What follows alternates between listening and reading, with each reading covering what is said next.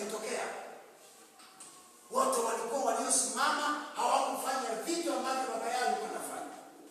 Tunapata Solomoni mwenye alikuwa pale, ni yule akienda pale, sasa yeye anazidi tabia.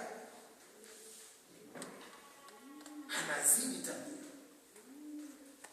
Familia inasaulika. Mpendwa, familia za watu. Ni heri mama ambaye leo anapiga shamaa na watoto wake wajaokoka. Huyu Mungu ataruhumu, atairehemu hiyo familia na ataileta kwenye sehemu ya ukuhani.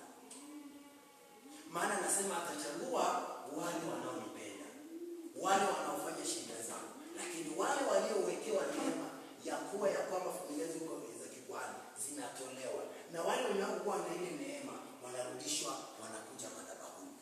Sasa wenye walikuwa na hiyo neema, wawe na neema ya kuongoza, wanakaa pale wakiongozwa na watu wenye hawakuwa na ile neema. Wanaenda pale kwanza kuomba mkate, wanaomba nyama. Unaambiwa wewe baba yako alikuwa pasta. Sasa wewe ungeona watoto kama baba yako alikuwa pasta? Hawako. Lakini leo wako na kitu. Hawana kitu. Maana there is something ambayo mzazi alikosa mahali. Alisema Mungu amenipatia mimi hakuna.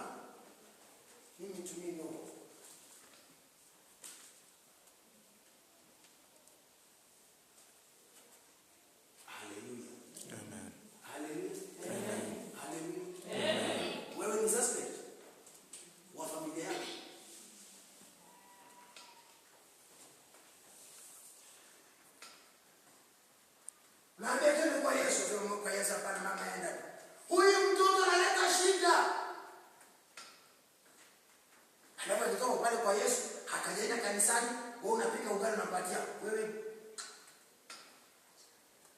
Jumapili anaenda kanisani.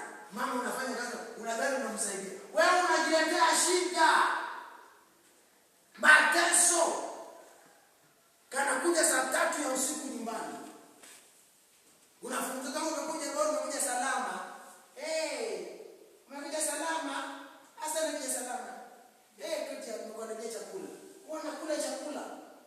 Yaani mama unachochea ile dawa